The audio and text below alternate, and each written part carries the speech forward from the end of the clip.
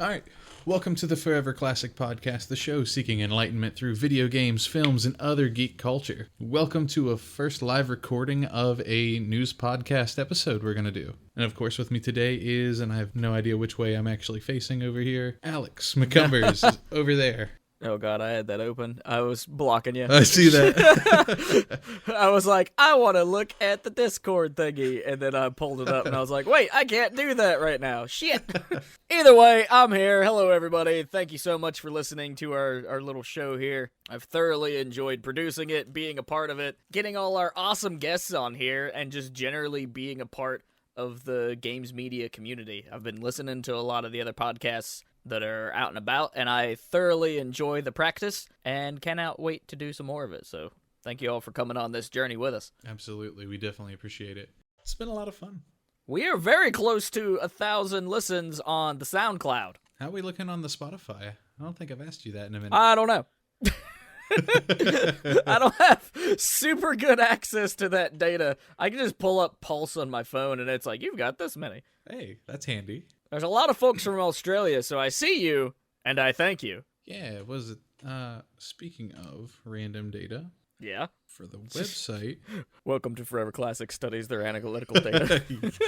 I mean, it's important. With no visuals whatsoever aside from anybody on Twitch watching me flail my hands and swing a phone around.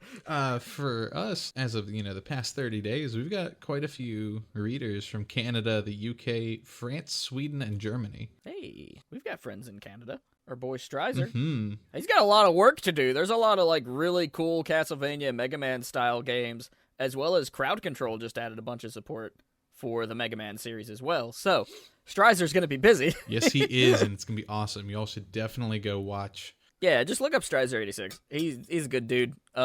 You can also Google his name in both Twin Galaxies and Marooners Rock, I think. And you should get a couple interviews we did with him a while back. But speaking of Crowd Control, though, Zach, have you heard of this? Because it's fascinating, incredible, and getting a lot of spotlights put on it here of late. Now, Crowd Control is the live interactive user. Basically, the user pays bits to influence your game when you're playing. And it's usually done with Pokemon and Zelda, right? Yes. So Zelda, Super Mario Bros. 3, and Super Mario Bros. World were the first things they implemented. This comes from the people that created the Mario Maker Q system and the Warp World team. So they had Warp.World. It was the little feature that you would see on all of people's streams, like the little Q bar that scrolls by and everything. So a lot of people were using these tool sets, and that same team, so Jakku and a bunch of the other guys and gals that work on that project, they all put together this program and an extension that allows you to basically influence the streamers you watch. And it pays them a higher percentage of the bit value than a standard bit donation does. So not only is it interactive, but it's really beneficial to the streamer financially. That's pretty awesome. Something that helps the streamer along while being really fun. Yeah. And for somebody who's playing, I mean, you're playing a game that random things can happen based on the people watching you. So if you're playing, for example, Pokemon, they can summon a Mewtwo. And Mewtwo can come in and maybe you have a Master Ball. Maybe you've got a Goldeen. I don't know. But it's it's so intricate. And I don't know how it works. It's magic to me. It's completely crazy.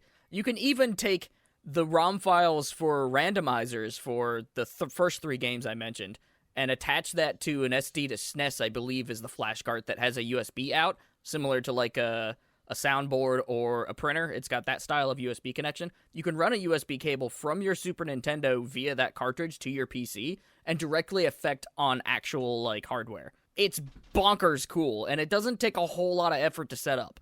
No, I just set it up just recently. Haven't got to use it, but it's there floating around in all my video. I think Pokemon's the first one I'm going to actually do. So the games you can play currently, and they just added 6 or 7, so this might not be super accurate. But again, Super Mario World, Super Mario 3, Link to the Past, randomizers of, I believe, all 3. Pokemon Red, Pokemon Blue, which is super cool because you can alter the way things spawn in. You can teleport people around. I think it's the most interesting of all of them.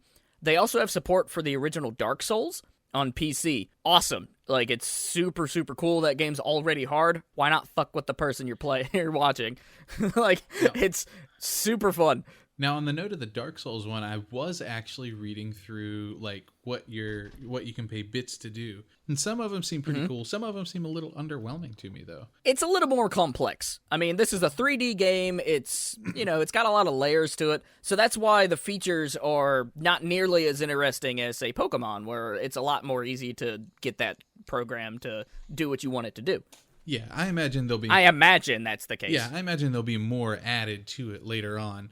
But, like, overall... I think they have intentions of that. Overall, I just want to see, I want to see a 1000-bit option to just kill your player. I'm pretty certain you can alter the, point values of things. So you can increase the value of, hey, if you want to kill me outright, $50. If you want to do it, go for it, but it's going to cost you. Yeah, I mean, could you imagine somebody struggling with that boss, and you watch them for, a half hour, and then they finally get him down, last hit... You're dead instead of killing the boss. Do it again. Do it to that guy who did the no-hit run on Dark Souls. Also a news point, there's a guy who played the entire series and didn't get hit once. That's impressive. I did read that, and I was just... Gamers are skilled. Right? I'm telling you. You cannot tell somebody they can't do it, because they will. That's up there with the pacifist dude for Fallout 4. That's hard. Oh, yeah, that's time-consuming. That whole project was ridiculous. Yeah, what was it? The safe where you have to have Nick Valentine with you, having to push him, physically out of the space so the fight didn't start. There's a lot of weird little exploits he had to do and a lot of saves coming. The other games that they just added, and let me pull up their Twitter real quick, they've been doing a lot of Mega Man stuff. So Mega Man 2 is for sure in there, but I want to make sure that I get the other ones right. By the way, if you want to follow this development at Team Warp World, give them a follow on Twitter. They're a bunch of really excellent people doing some really cool work. But Crowd Control won a bunch of voting awards in Twitch for having the best extension. It's crazy. So anyways, Mega Man 2, Mega Man X on the Super Nintendo, and I swear there's 2 or 3 other ones. 2, 3, 4. But I'm not finding Mega Man DOS and Basic Mega Man. That one might be a joke, but it might not be a joke, and that's what makes it funny. Yeah, right. And they're working on... Because that one was announced on April Fool's, and I'm like, ha ha ha ha. And then I thought about it. I'm like, wait, there are actually people that run this at GDQs. Right. Now they're working on Zelda Ocarina of Time randomizer and Super Metroid. Are they? Where do you see this at? Actively in the works. When you go into their Crowd Control website, you hit facts. Oh, okay. And then down near the bottom, it says, what games do you support? I click game suggestions there, and then it shows me everything that they have up. This is of October 2018. But no. That can't be right for the date because it has Dark Souls, and they just released that. So this must be an active edited post. Regardless, those 2 games would make a lot of sense. And they have made a couple... Because I mess with these guys constantly on Twitter. I'm like, well, if you're doing this, I guarantee this is happening. They had an image a while back of Jakku, working on a computer while everybody else is doing some other stuff. And I'm like, I bet you he's making it for Sekiro. Oh, my God. I really want to play that game. I do, too. It's it came out at a weird time where I'm in between jobs. For anybody curious, I mean, I'm always moving around work-wise. But I am now an accountant technician for the state of Alaska, which is weird for me, but I mean, it is work, and I'm pretty decent at it. But, so that's what I'm doing now in my day-to-day. It's 7 to 4:30, so that time frame is pretty cool. It, gives me a lot of opportunity to actually have a weekend for once and work on some other stuff. But anyways, Mega Man 2, 3, and 4 on the NES all support Crowd Control as well. So my question to you, Zach, then, is if there's one game that you could have, classic, new, whatever, that you think would really, really work with Crowd Control, what would it be? Ooh. You know what? I mean, my first thought was run into something like a Tomb Raider would have been fucking great, but Tomb Raider would be cool. It'd be something weird to do it with because there's not a lot of variables now that I think about it. Yeah, that's what I was thinking. It doesn't really have a bunch of change. On the topic of today's episodes, you know what? A Borderlands would be fucking cool with it. It's got Yeah, okay. so many different random and like randomly generated elements anyway. If you start letting people fuck with those, that would be great. Borderlands would be a very good addition, and they recently updated the graphics for PC players for free. They did for PS4 because as well. Oh, did they? It was a 15 megabyte texture update, like texture pack essentially, but it was free. I don't know if it was supposed to be, but I definitely got it for free. Yeah, now you have the Handsome Collection. That's 2 in the pre-sequel, right? Which is weird, because I always considered that having the first one, but apparently it never did. And now they've re-released the first Borderlands with that kind of like quality of life improvements, visual upgrades. So that's out now. It came out on the 3rd. We're recording this on the 4th. Yes. And so if you have Borderlands 1 on the PC, you automatically upgrade to all those stuff. Correct. Which is super cool. It makes me wonder if you can roll back to the old version in like an option or something, though, because for somebody like a speedrunner, if they just suddenly change the version of your game and completely change like some of the menus and stuff, that would really mess with you. So I hope that there's some sort of like rollback option. I opened it up earlier. I didn't notice any difference. It might be that like the texture pack upgrade for me on PlayStation is strictly for PS4 Pro. I don't know. I don't know if I need to find the option or enable it somewhere. I haven't dug deep into it, but I know it's there and I have access to it now. But I just don't know. Maybe there's a separate like instance in the library. Like you go to the store page for Borderlands Remaster or whatever, and it just has the option for you to download it. Maybe that's the difference there. Because I think my BioShock is that case. Like, it has a BioShock 1, and then there's a BioShock Remastered right above that in my Steam library. But Steam is quickly being challenged, I guess, as far as, like, it being the number one way we play PC games, and has been for, 10, 15 years? Surprisingly, it's been around that long. I started using it maybe 6 or 7 years ago, maybe 10. It might be about 10. But yeah, so we have lots of competition out there, but the biggest competition is, of course, the Epic Store, and they just got a huge whale of an edge, I guess you could say, on Steam, and it's got a lot of people upset. Yeah. I mean, I'm typically for it. I'm not 100% super versed in everything going on. I've been watching it like a train wreck for a couple of days. Yeah. I'm in the Borderlands Discord, which is entirely community ran. So like Gearbox isn't like moderating it, nobody's in charge of it like that. It's just community ran, and they back it as their official Discord, which is pretty cool because they don't have their hand in it. That is cool. They're just backing community members, and they were like, that one's our official one. And I'm sure that there's people working on Borderlands in that Discord. They're just not necessarily making the shots. Correct. That's what it seems like. But it's to the point that they basically had to throw a slow mode on a specific channel for rants and raves.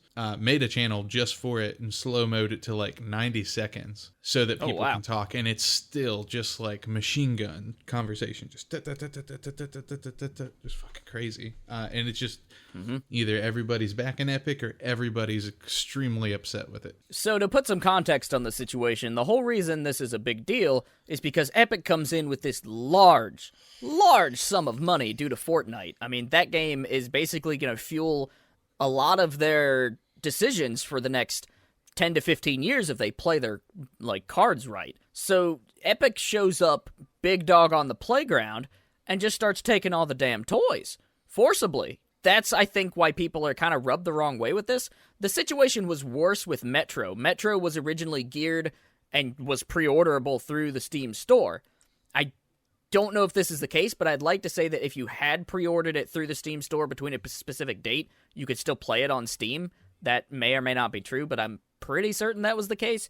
Regardless, they took down the pre-orders and moved it to the Epic store when they had already been selling it as a Steam game, which definitely is not okay in my eyes anyways. That just sets the wrong precedent for your customers. Pre-order culture is weird to begin with, but throwing that into the mix just makes things worse.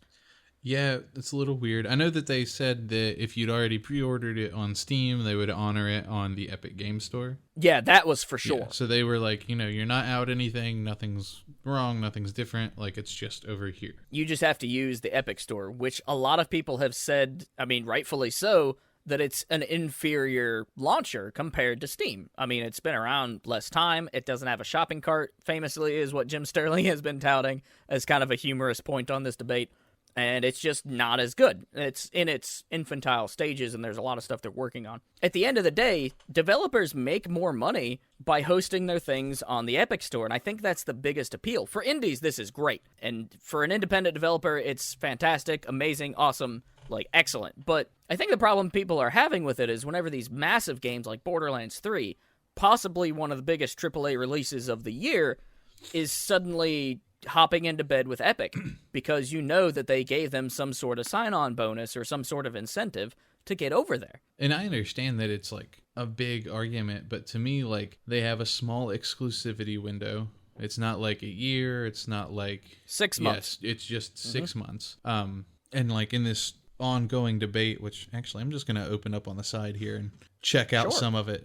If I see something really crazy interesting come up, I'll start touting on it. But I mean, everybody's just yelling at everybody over there. But yeah, it's a mess. It's gotten the whole Borderlands community in a bit of an uproar. Yeah, so I mean, people are like, I'll wait out the 6 months, like I won't do it. But on top of that, people are going into the original Borderlands, the pre-sequel Borderlands 3, and they're just review bombing it on Steam. This is where I have problems with, like, voice your opinion by all means, but I don't think this is the proper way to go about it.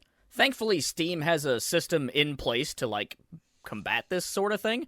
There's a graph you can see based on reviews over time, and if you see that sharp dip, you know that it was some sort of review bombing situation. Yes, which is pretty cool. I wonder if they're going to do something like they did with Captain Marvel with Rotten Tomatoes, like where they just like pulled the review stuff from it for, just all the dumb reviews that were going out over that movie being a strong female lead. Oh yeah, the combaters of Captain Marvel, which fuck those people. Like, regardless if it was a good movie or not, I think it was okay. Like, fuck those people. Yeah, I personally loved the fucking movie. I was completely enjoying that. But yeah, no, that was what they did for that was wrong. Just like what they're doing for this is wrong. And I see those two things as very similar situations. They are very similar, yeah. The big thing that I have is there's nothing to be gained by review bombing a game that, like, people already either like or dislike. I mean, sure, you'll have some new customers float in here and there, like, based on, word of mouth, or now that Borderlands 3 is out and there's a bunch of people, like, fairly excited about it, maybe those people want to go back and play the old ones. Those are potential new customers. But you're not accomplishing anything by doing this. I mean, you can make the argument that it gets the attention of the developers, but there are better ways to go about that, in my opinion. Oh yeah, far better. You can use Reddit, for example. Reddit is a great place to do that kind of stuff. You can send them letters personally. Just do it constructively. Don't harass these developers, first off, because there's so many people, like, super passionate about this series that are just, like, putting their heart and soul into it. And that was a big part of it, I think. Yeah, and see, none of this affects, like, console players. And for me, like, this was all a console thing before PC. I don't know if it released before PC, if they released together. It's very popular on PC, regardless. Yeah, I know it's super popular there for it. But, like, for me, like, I'm definitely going to be getting a console copy as well as a PC copy. But, like, it doesn't affect that large swath of people. And those are the people that can't afford to have, like, a gaming PC or afford that rig and the game and, the general upkeep for that. It's not like they have to spend $600 to use the Epic Store. Like, it's not comparable to a console situation. Exactly. And it releases the 19th of September? Yeah, somewhere in there. I thought it was the 13th, but regardless, mid-September. Yeah, so all the consoles will get it and Epic Store will get it. And then 6 months from then, which will be April of next year, all the other launchers will get it, which is going to be Steam, and that's pretty much it. Possibly through Humble Bundle, GOG. I mean, there's 2 or 3 other launchers that it could launch on. Humble has a launcher? They have a DRM-free situation, but they do use a lot of, like, Steam codes or GOG codes, so it depends on the actual release itself. Yeah, okay. Yeah, that's what I was thinking. But sometimes you can just buy the game as an executable file, and that's a great option. I mean, that's super handy for modders want to do whatever they want to do with it. Yes. So I like that option, at least. Yeah, I do enjoy that option a lot. I guess it's one of the questions I have then is because Borderlands is a very co-op centered experience, there is multiplayer involved. I don't know if there's any sort of PvP in this build, probably not. But is there going to be any sort of restrictions between Epic and Steam players? That's a good question. I would assume not, because of it being you would think.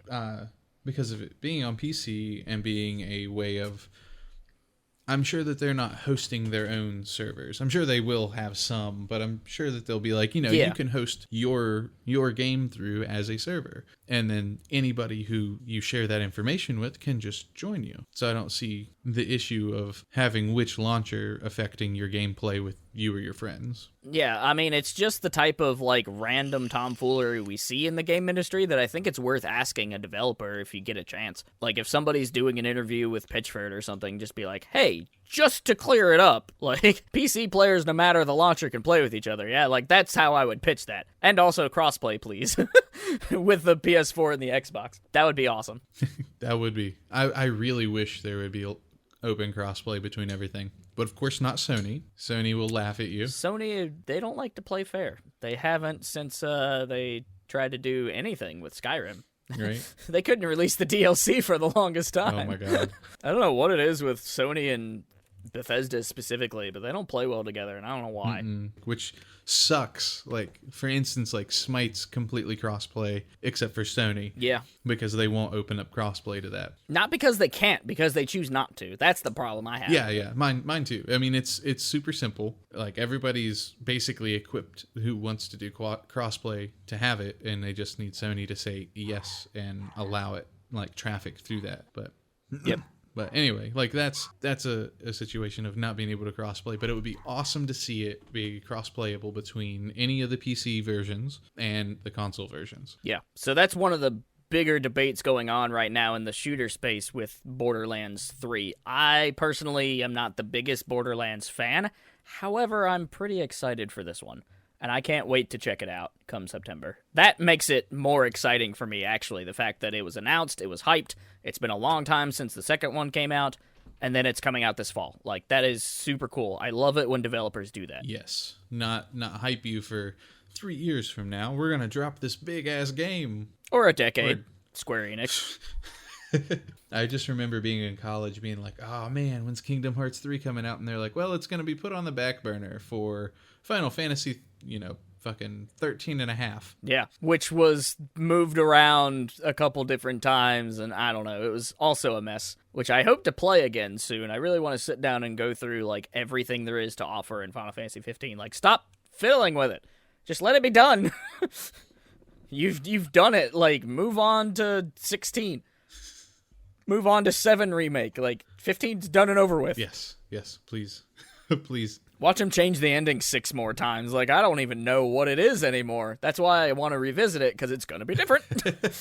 But yeah, then part of the debate with this Borderland issue that I keep reading in here is people keep spouting off that the Epic Game Store is a type of spyware, which I've seen both sides of people calling for it being good and people calling for it debunked, and I'm pretty sure the overall is that it's just been debunked. It does read some of your Steam file folders. Yeah, whatever. It's not like reading into all your stuff it's not trying to find like your hidden hentai folder or anything. But if it does, they're more than welcome to it, I guess. I'm sure anything you find, you're going to find somewhere else. Yeah, I mean, fuck it. Like, full disclaimer, I don't have one of those. Neither do I, but I'm reiterating what this train wreck of a chat is talking about. Yeah. Specifically, I don't know. I mean, I've used the Epic Store specifically to play Fortnite a little bit, and I love the fact that they keep putting out these free games that I'll get to eventually. Subnautica being one that I really want to just sit down and spend an evening with. I think it'd be really cool. But I like the idea of Steam getting more competition. It just worries me that they're throwing around so much weight. That's what bothers me, is it's this like mega corporation, and if everything kind of shifts to Steam, or shifts from Steam to the Epic Store, what are we left with? Like, we need more, like, even competition. Between Fortnite and Apex, basically, Apex came out, and they paid a bunch of people to play their games at first, but those people ended up liking it and sticking around. I mean, Apex is a solid game. But what ended up happening is Apex has a lot of really cool systems in it, like the ping system. That way you didn't really have to communicate for people who don't use mics that much. So it helps instead of, busting out a wall in Fortnite, shooting it your random teammate and like trying to direct them with super no motion to really direct somebody to, hey, come pick up this item, it's going to help you. Now Fortnite's taken that and added a ping system in to where you can just be like, over here, here's an item. Oh, so that they have a ping system now too. And they introduced that super quickly after Apex came out, and it was a huge improvement on things. Yeah. So that gets into the conversation of like what part of a game can you actually like copyright? And I think a long time ago there was some sort of lawsuit that said, look, you can't copyright anything genre related. Like people are going to copy each other and improve, be better. Yeah, I mean the same thing came up recently because these are two big Fortnite issues for anybody not aware. Was PUBG suing the PUBG creators suing the Fortnite creators over stealing their battle royale concept, and they were like, no. Yep. Like courts were like, no, it's a genre, like get out of here. And then just recently they had the dance move things, which I understand some of the like, you're making money off of our dance, but this is a dance that people have done everywhere. They do it on everything. They're very popular. It's not like you're chasing people down in the streets like demanding money for them doing your dance because it's a dance. I think they described it as a simple dance routine or a simple movement routine is not something that you can copyright. Now, yeah, it's one of those things that like, is the actual dance move, is that what's making money, and is that something that you can like charge people to know and do? That's the problem, I think. So intellectual properties need a whole like restructuring of laws and regulations and stuff because it is a mess. And a lot of it stems from, a lot of people point to Disney for this because when Mickey Mouse was getting ready to go into public domain, they threw a fit and did all this other stuff and basically threw a lot of money around to where they could keep renewing the licenses. That's essentially why we keep getting these Disney remakes, because they're keeping the damn things alive. And that's the same reason Fox had X-Men for the longest time and Fantastic Four. They really didn't need to make that Fantastic Four Silver Surfer movie, but they did it to keep the copyright going. Exactly. And another issue comes down when you're in that sort of situation is like, who owns what? So like, I can't remember his name, Ribeiro, the Carlton from Fresh Prince. They argued about it, and the question was like, even in this situation, if it was copyrightable and they could infringe upon it, could he infringe upon it? Because would he own the dance move, or would the company that employed him to do that own the dance move? So it comes down to a lot of who owns the rights to what. Yeah, the whole thing is, I don't know, it's interesting because I enjoy watching kind of the like marketing economic side of the video game industry. So we'll see where it goes as far as consumers moving. But I think at the end of the day, if you want to play it on PC, you're going to get Borderlands 3 on the Epic Store. I mean, that's just all there is to it. If you want to be in there and not have to wait 6 months, you're going to do it. So, I don't know. It depends. I don't think it's going to affect sales, though. That's my big thing, is I do not think that Borderlands is going to be losing out because they're making themselves exclusive on the Epic Store. Yeah, I don't think so either. I mean, the strong arming's kind of not very cool, but I mean, if you're going to play the game, you're going to play the game. With the cutback from Epic, they usually have a smaller price than other stores. I wasn't aware of that. Yeah. Where the developers save, they typically pass the saving on. Whether the developer chooses to or not is, their pricing choice. Like with what was it, World War Z, like they opened up the pre-orders for it, and then later on they were like, hey, you know what? We're passing this on because we saved some, so you're going to save some. Like, we're knocking $5 off the price and it goes back into your pocket. That makes sense that they would do that, so that's kind of cool. Again, they're trying their best to bring consumers to them, to bring the players to them. So, I don't know. We'll see. It's one of those wait-and-see situations. But the debate is worth having, I think, regardless. It's just go be constructive about it. Like anything else in the game industry, if you're upset, like, share your opinions, make sure that it's known, try to say it as clearly and concisely as possible. Just don't be an asshole about it, I guess, is what I'm getting at. Again, like, all the review bombing's pretty rough. You catch people give it good reviews and then terrible, like, text, or just terrible reviews and say they love the game, but they can't recommend it, that sort of thing. Yeah. That just keeps continuing on. It's kind of rough. Speaking of debates that are getting gamers really fired up, Sekiro is not only frustrating players because of its design and because it's so damn hard, but because people want an easy mode, and that's pulled up another debate about difficulty, and it's kind of a shit show. Like, it's bad. Some really awful things are being said about accessibility, and it's just a mess. I mean, to me personally, I like the hard mode of it. I mean, I do too. We had a friend talk about, like, you know, sort of things for disabled people to be able to use, and would they be able to hit these mechanics with it being such a difficult game. And that's a good debate. But that comes down to, like, you know, somebody who's never used a controller, like, for games, they don't know how to use it. That's an alien piece of hardware to them. Like, for, like, Alex and I, like, we've played with controllers. Other gamers out there have played with controllers so long that we are experts in this tech. And because of that, like, strangers to gaming and gaming controllers or mouse and keyboard gaming, that's new to them. Like, it's going to be hard no matter what they do. So having the technology to have people who aren't able to, you know, somebody with one arm, somebody not able to use their arms, like, if they develop a tech that you can play with and still play, I don't think the difficulty matters that much as mastering the hardware to do it. And that's just stuff that comes over time from repetition and practice. Like, I still struggle picking up an Xbox controller just because the joysticks are in different positions. Lord help me pick up a freaking GameCube or N64 controller at this point. I'm real confused when I do that. It's like I would have no idea how to, like, really use an Atari controller because I have no experience with it. I mean, it's simple, but I would pick it up eventually. But I think one of the main things that is bothering people is that sense of pride because they have the ability to play these Souls games and because they can beat them, that they don't want to let other people in. And at the end of the day, one of the statements that was made is having an easy mode does not affect you. Like, if there's an easy option in Kingdom Hearts 3, and it makes the game, like, stupid easy. But I'm playing on normal, and, like, I don't need to play on easy. But having the option to play easy could help me learn a speedrun. Exactly. I mean, it just depends. And I think at the end of the day that, I mean, all games should, at the baseline, have the ability to remap buttons. Every single game should have that feature, in my opinion. And you should be able to alter the visual states of things. And this is why I really want to see consoles do this natively. I believe the Xbox does, if I'm not mistaken. You can actually remap controllers based in the system. That's a good start.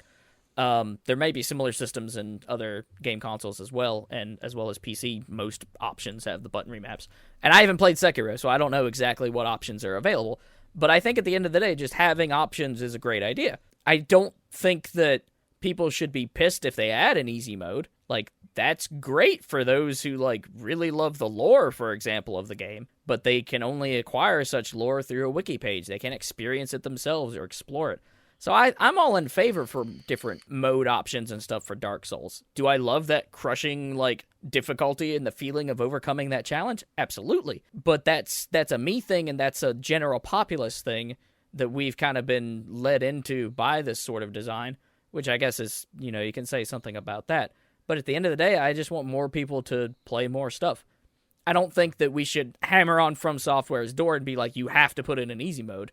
But it'd be great to see it. I don't see why not. Right. I mean, I'm not against easy modes by no means. I mean, my personal preference is no matter what game I pick up, I'm switching it to the highest difficulty I can play it on, and I'm playing it like that so I can struggle my way through. And for me, I always pick normal. Yeah. I mean, I'll go back and play it on other things. There's several games that I play that they require you to go back and play it on each mode. You don't get, like, playing the hardest mode and, like, all of the packages from underneath, which is kind of a pain on one hand. On the other, lets you experience it from all levels. Again, I just don't think that people should be assholes about this.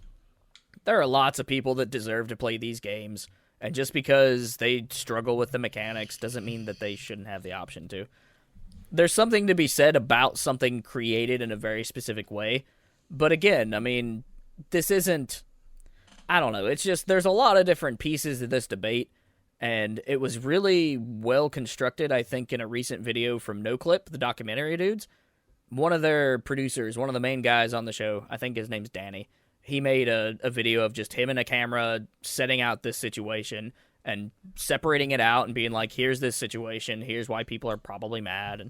And so he does a really good explanation of it. There's lots of folks that you can listen to and gather in their opinions. But I think at the end of the day, this is a pretty large issue and a larger debate. But I don't think it needs to be as heated and one-sided as it's turning into. And you got to think, like, people are looking at headlines and games media posts and becoming pissed about that. those headlines are written so you can click on it. I have done work for these sorts of folks and these sorts of publications. The headline is kind of throwaway in my opinion. It's just to get your attention.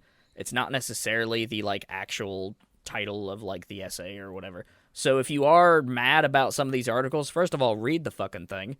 And second of all, like, you don't have to base your entire like reaction to a single piece. You can hop around and gather your information and make your own inferences. Nobody should be angry about this. It should be an option, and it doesn't affect anybody either way. Yeah. I mean, you all will get the same enjoyment out of the game. I think at the end of the day, you know, one of the easiest solutions that From Software could do is to put out a very simple optional patch. And if you need it, it gives you the option to tweak a couple things, like give you better health or give you more hits or slow the game down, for instance. I think would be a great accessibility option. But if they just released a very simple, like, here's a bunch of tools, if you need them, great. If not, whatever. I don't know. It bothers me when people get so upset about this kind of stuff because you don't see this in really any other medium. It's only games. Yeah, it really is. Lots of everything in games, but also lots of new things that don't really apply anywhere else, good and bad. Yeah. I'm just gonna share this. Like I'm watching this Epic versus Steam debate has just like rolled into a Windows versus Linux debate, and they're referencing back and forth. I don't even know how it's all jumping around. It's the same thing that we've always known about Sega and Nintendo, Xbox and PlayStation. Nintendo and, you know, whatever, Atari and whatever. Like, people have, and it's cool to, like, be passionate about a specific company. I'm very passionate about a lot of companies and a lot of their works. I love Capcom. I love Square Enix. Am I very critical of these two companies? Absolutely. Yeah. I say some very mean things to either side. Like, it's just the way it is. And I think that's kind of the takeaway from this. Be passionate, but don't bring it out on other people. Like, when I direct my anger and stuff, I've famously in episodes said all sorts of things to Bethesda specifically and Nintendo. I don't necessarily mean that directed at any one particular person, and I'm like, I hope you have a bad day. Like, no, it's just, in general, this particular thing the company did, I didn't agree with, and that's how I express myself. But, like, I don't know. It's one of those things that, like, don't be mad at people because they're asking for these things. Now, demanding that these things be in there, I don't think that's the right way to go about it. But a lot of these, like, trendy headlines and articles and stuff that we're seeing, they're poking the bear is what they're doing. They're doing that to get a reaction, because any reaction on the internet gets you hits. Hits get you money. Exactly. That's all there is to it. Like, don't look too much into some of these articles. There's some very good debates and some very well-written articles. There are. But, again, you got to think of their point of view. They want to get the hits. Some websites, not so much. I don't know. Either way, do your homework. If you decide to go down the rabbit hole of reading some debates, like read outside sources from those debates, I'm sure that fucking Snopes hit some things that you're interested in. Like, fact check, please. Oh, yeah. But, you know, have your own opinion. Just don't rub other people in the mud because of it. And I do want to do a quick shout out to accessibility in general. The folks at Able Gamers that helped Microsoft create the adaptive controller, they, of course, have some very great stances and options that they're, like, helping developers with. So if you want to learn more about accessibility as a whole, I think that's a great resource to check out what they're doing and find some of their works and opinions and such. And, I don't know, like, go check out Able Gamers. I think they're doing a lot of really good stuff for this industry. I agree. Which moves us on. This moves us on to the topic of industry changes and a possible shift to the streaming of video games rather than the downloading and the owning of physical media. Especially, this has really become a hot topic debate because of Google and their Stadia project. So tell us a little bit about Stadia, Zach.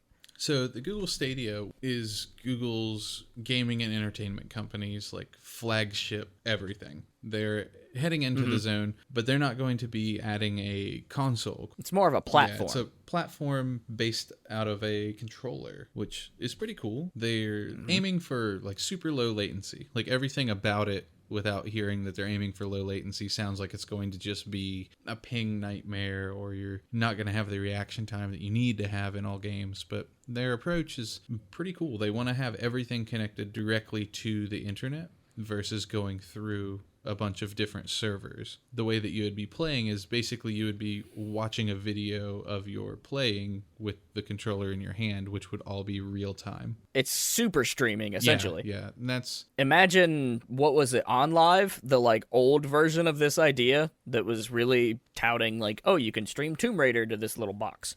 Think that, but, like, done by a company that's got this just, like, powerhouse infrastructure. Yeah, and I don't know, like, it sounds really good. It could theoretically be the beginning of end of, like, consoles. Everything's going on, but at this point, consoles are starting to get as pricey as a small PC, so you see a lot of people making that kind of switch. But at the same time, this would be not having to have a static device anywhere. Their idea is that if you can screencast to any device, you can play it. Anything basically that can connect to a web browser, which I want to like play with the limits of. I want to go get a freaking Nokia device and see if I can get into Assassin's Creed or something. That's my interest personally, is I want to know what sort of things I can do with this tech. One of the things that's really appealing to me is if you're watching a video on YouTube, say about Metro Exodus, you can click a button that has you playing in seconds. It just takes you into the Google Stadia platform and you're playing the game, and you can do the mouse, keyboard, controller, whatever. I'm pretty certain they talk about supporting anything connected to your PC. Specifically, their controller is a little more accurate, maybe. But, I don't know. I like really want to test out that sort of feature where I can really incorporate some of the, like, oh, if you really, like, if I'm doing a game review, if you really like this game, hit the play button and you can give it a try for, however long. I don't know what their monetization model is. That's what questions me a little bit. Hopefully there's some sort of like trial period where like, oh, you can fire up any game you want to for 2 or 3 hours or 20, whatever, some sort of like demo period. That way it like enables anybody and everybody, no matter what sort of payment model they choose to fall under. I imagine it'll be subscription, but it gives them the option to at least like try it out, which I think would be great for word of mouth and like getting information out there about your game. And it also allows you to get higher quality capture footage because you're not capturing from your PC and your PC using that CPU. It's all taking place on their servers and their infrastructure. So I could get 60K 4K or 60 frames per second 4K resolution images and screens, and that would be super great for me, somebody that wants to like capture footage and stuff. Yeah, and from what I understand, their models are going to be that you can stream the game, permanently own it, or you can rent it per hour played. Okay. So it gives you the option to rent a game, try it out for an hour, 2, 3 hours, however long that you try out a game before you decide you hate it and want to trade it in. I think that if they took a look at what Xbox Game Pass is doing specifically, I think that that would be a really successful model. Being able to download something and not have to buffer it would be very, very important to this service. We saw this with PlayStation Now. PlayStation Now didn't go anywhere, and it's like got decent offerings, but the main problem is you can't just download it. You have to stream it. And they just recently added download options to some of their library, but it like nobody uses PlayStation Now. It's available on PC. Why doesn't anybody use this to play God of War on their PC? Because it doesn't fucking work. Exactly. And it's not great. And that's the other thing you get into too, is if this takes off and becomes the next big consumer thing, what are people who don't have internet gonna do?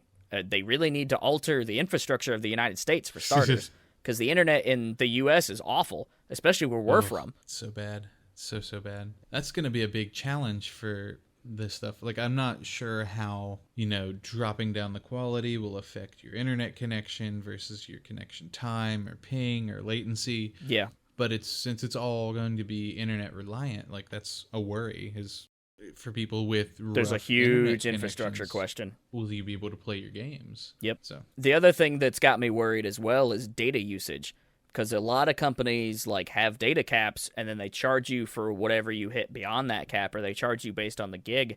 And if you're playing a 4K game at 60 frames, that can be eaten up super quick.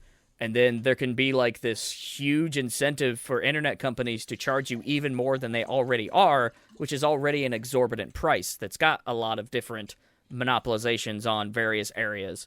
Like, you can check out a map of the U.S., and there's all these little pockets of certain companies owning certain things. So there's that question as well, like, how is this going to affect the way people pay for their games? And is that going to completely ream us? The other question I have is preservation, because games are very, very important when it comes to a cultural sense. any sort of game ever, I think, has something to learn from. And so I want like an archival system, which is why I'm a big proponent of owning physical collections and emulating things and that kind of stuff. But what do you do when suddenly 90% of the exclusive games coming to Stadia are only on the internet? Are they gonna have a box option just to be able to print games? Are they gonna bring those games to consoles after a while? These are the questions I have. That leads me into one of my other worries too, is for like modders, like since it's not something you'll have yourself to mess with, will people who mod and make modded things be able to continue doing that under Google Stadia? I mean, when we download something from a server right now, like if I go buy Red Dead Redemption 2 on my PS4, that technically doesn't belong to me permanently like a disc does. Because when the servers die in 10 to 15 years and I lose the ability to download that game,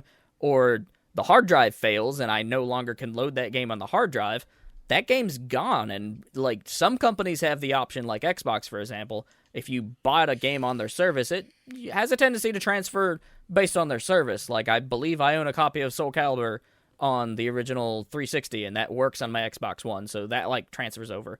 But like Sony doesn't do that necessarily. They do it with some of their consoles, but not the 4 specifically. So that's what worries me. Like, when I buy something digitally, I want to be able to own it perpetually throughout that system's, like, reiterations and stuff. But whenever you have a physical copy, you know, I can pop it, and it's becoming less and less so with games of service and things that require updates and discs that have barely anything on them. But, yeah, that's the type of stuff that worries me. Yeah, see... Ownership, I think, is important. Yeah, ownership is definitely important. And, I mean, I understand that you're buying the rights to play the games is like one take on buying any game, because basically like other than it being like super single player, like if you do something and they ban you from it, like you can't play with that anymore. So like notable examples would be like Halo 2 people who would cheat. Well, I probably should use Halo 3. It's more modern. Like if you were to cheat in like the online PvP, typically your game's like specific code for that disc was flagged and your console was flagged. Sometimes your IP was flagged, but you wouldn't be able to use that combination of things anymore. You've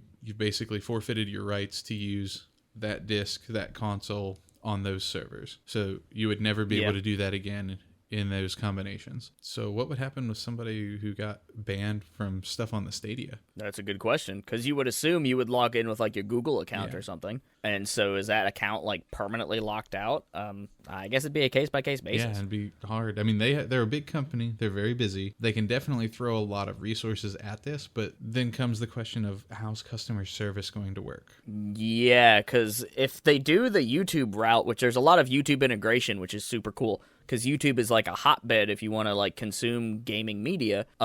They're notorious for not actually like trying to take care of things and relying more on algorithms and automated systems and stuff like that. There's also the question of copyright issues. If I upload a gameplay footage, or if I let's do it this way. If I upload a review of Assassin's Creed Odyssey on Stadia, and for whatever reason I didn't like it at all, and I like give it a very, very low score, and I'm like super harsh on it, and Ubisoft sees it and they're like, we don't want this review, so we're gonna copyright flag it, as a company could do on YouTube, then how does that affect like the actual like rating in Stadia or whatever? Like how much more control will these companies have of what people are able to see, watch, and interact with? Exactly. Which also puts it into like you'll be doing everything through their stuff 100% of the time. So if they have like logs that run on something like that, not necessarily like spyware like we were talking about earlier, but they would basically be able to see a log of anything you do while using services through their servers. So they'll always know what you're doing, which kind of sounds really bad as I'm saying it.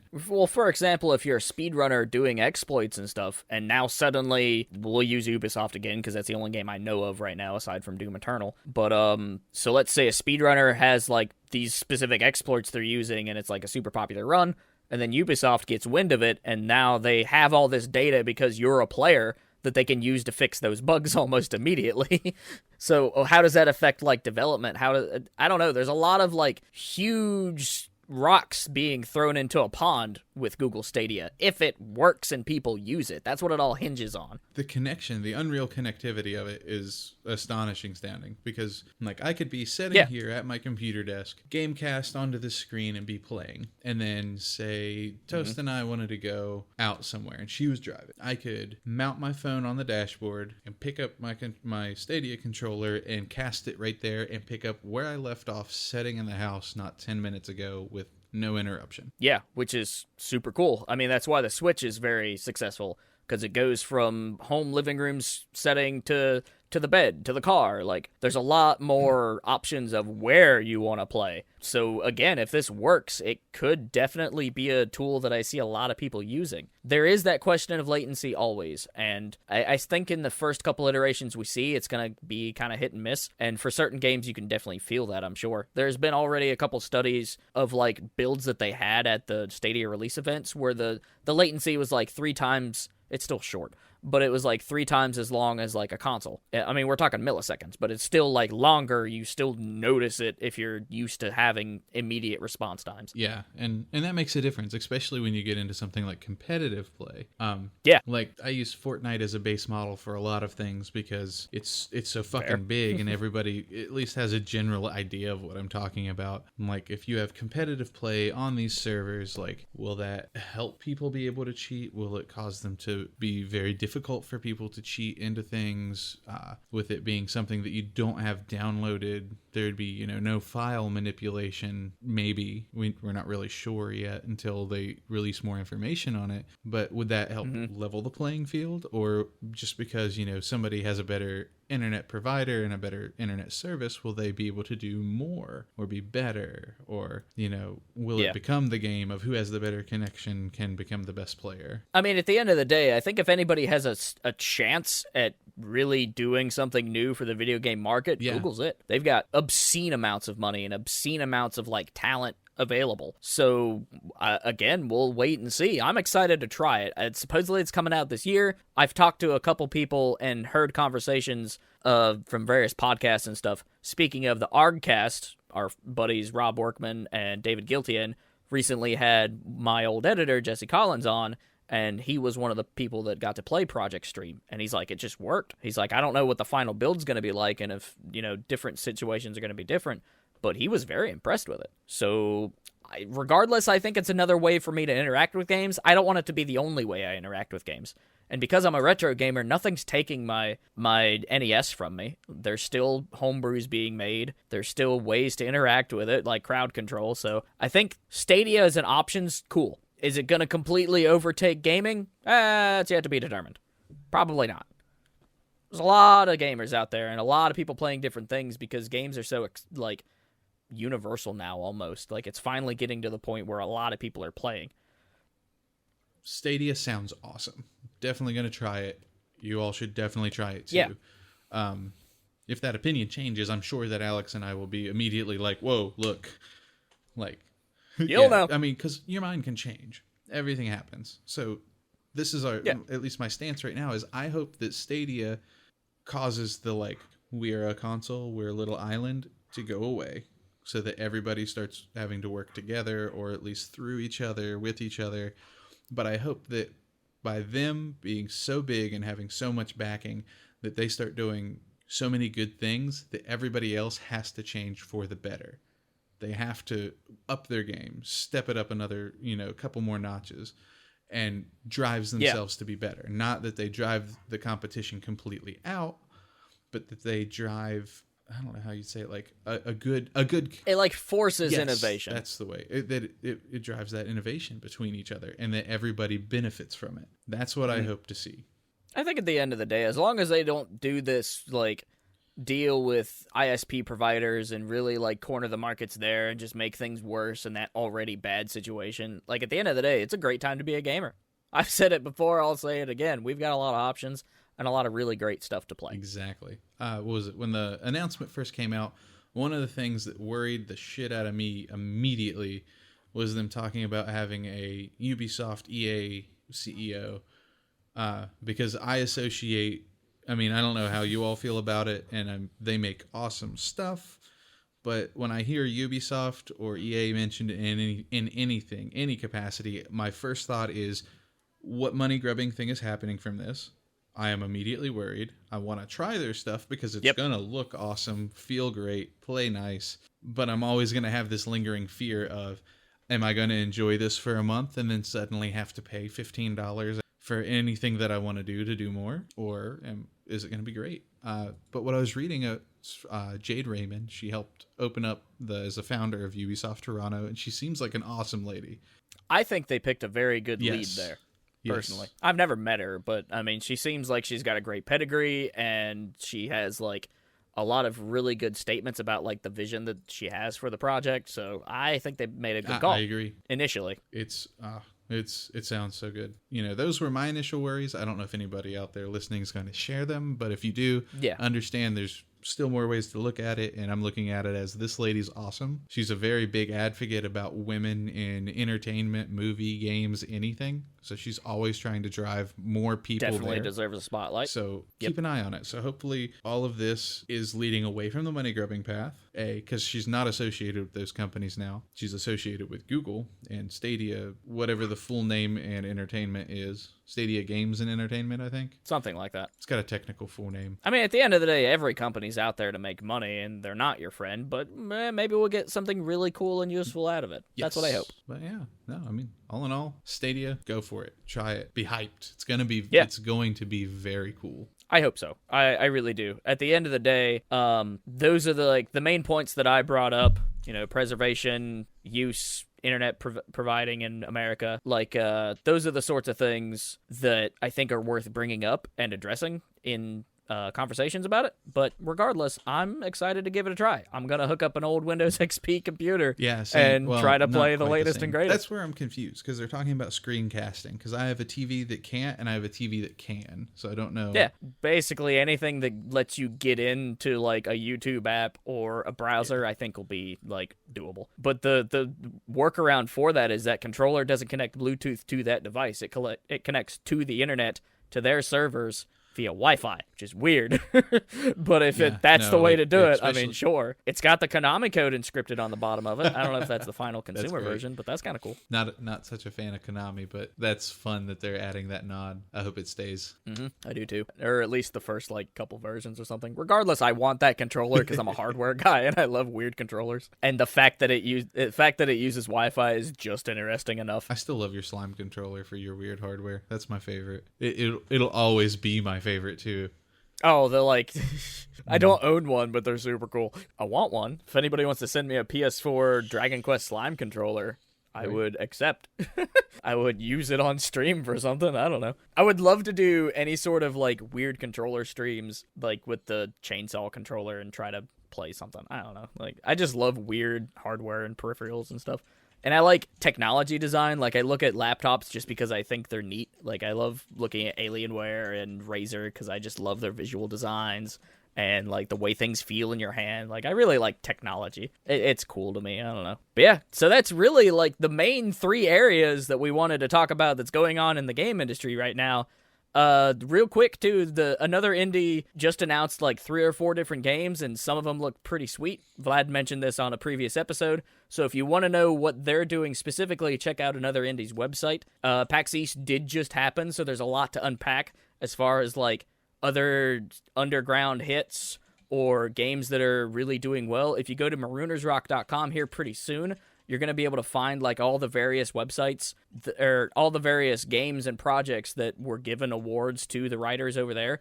And there's some pretty interesting projects in there. One of which was The Forgotten City. And I don't know if that's the official title yet, but there's an old Skyrim mod called The Forgotten City that was incredible, and I absolutely adored it. Hopefully we'll have that creator on the podcast sometime soon. But they're making their own game now. And it was announced at E3 last year, and that whole project has went from mod to full-on production, and I'm very excited to play that. So that was at PAX, and so check out some of these websites right now and try to find those sleeper hits, because they're out there, and they're awesome. Yeah, there have been some really and we good love ones. them. What was it? The announcement at the Gearbox announcement the other day. That's it, yes. Risk of Rain 2. That's the big one. I'm really That's excited the one for I it, want. Especially since... Yeah, no, I've People only are liking heard good it. stuff. especially with squad stream stuff happening in Twitch. I'm really looking forward to that. We have been, and as soon as they're like, hey, this is available now, I'm like, oh my god, today's the day. And then I pop over there, and it's like only for partners. I'm like, damn. Which is why I'm looking back into crowd control. I'm like, it's on my list of things to do is set up crowd control for Pokemon, because I really want to stream it right here on Forever Classic Games. Wish we could do it together, but, you know, here's where we stand at the moment. A Dark Souls, like, try to get through a couple bosses, though, with crowd control going simultaneously would be very cool. And I'm really looking forward to the squad stream application of us being able to play some single-player games, like, together at the same time, not together. For anybody watching, being able to see the difference that we're doing, like, the way you're playing, the way I'm playing, or, like, you know, this is the...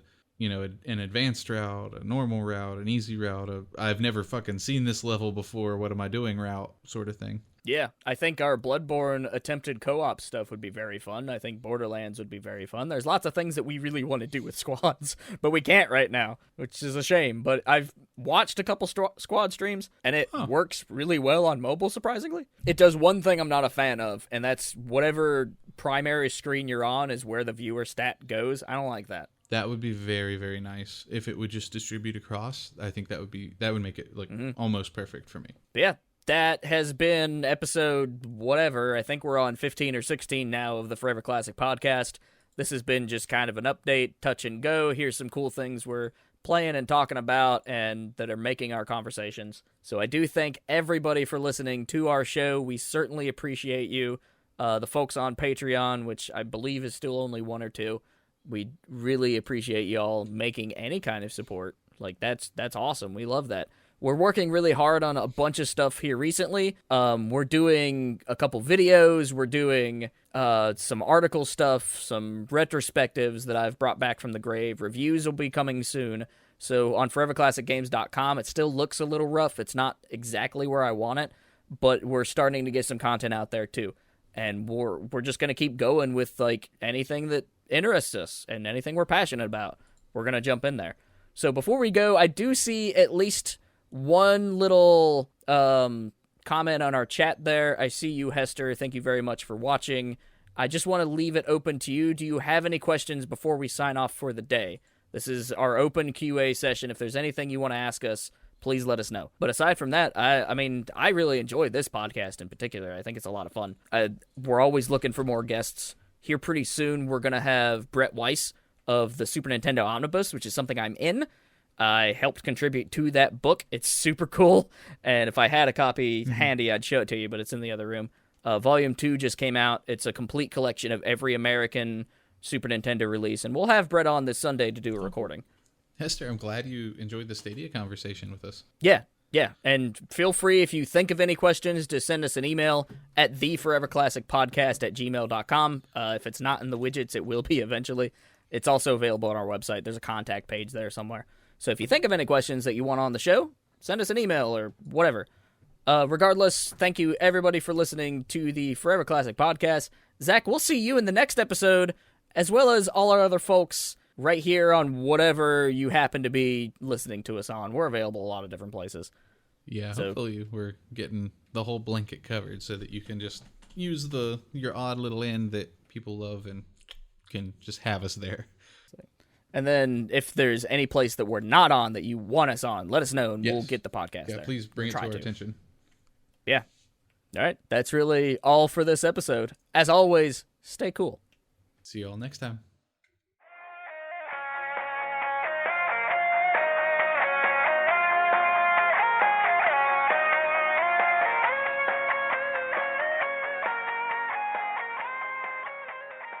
Music this week was the Metal Gear Solid main theme by Harry Gregson Williams, Norihiko Hibino, Rika Muranaka, and Tappy Iwasi.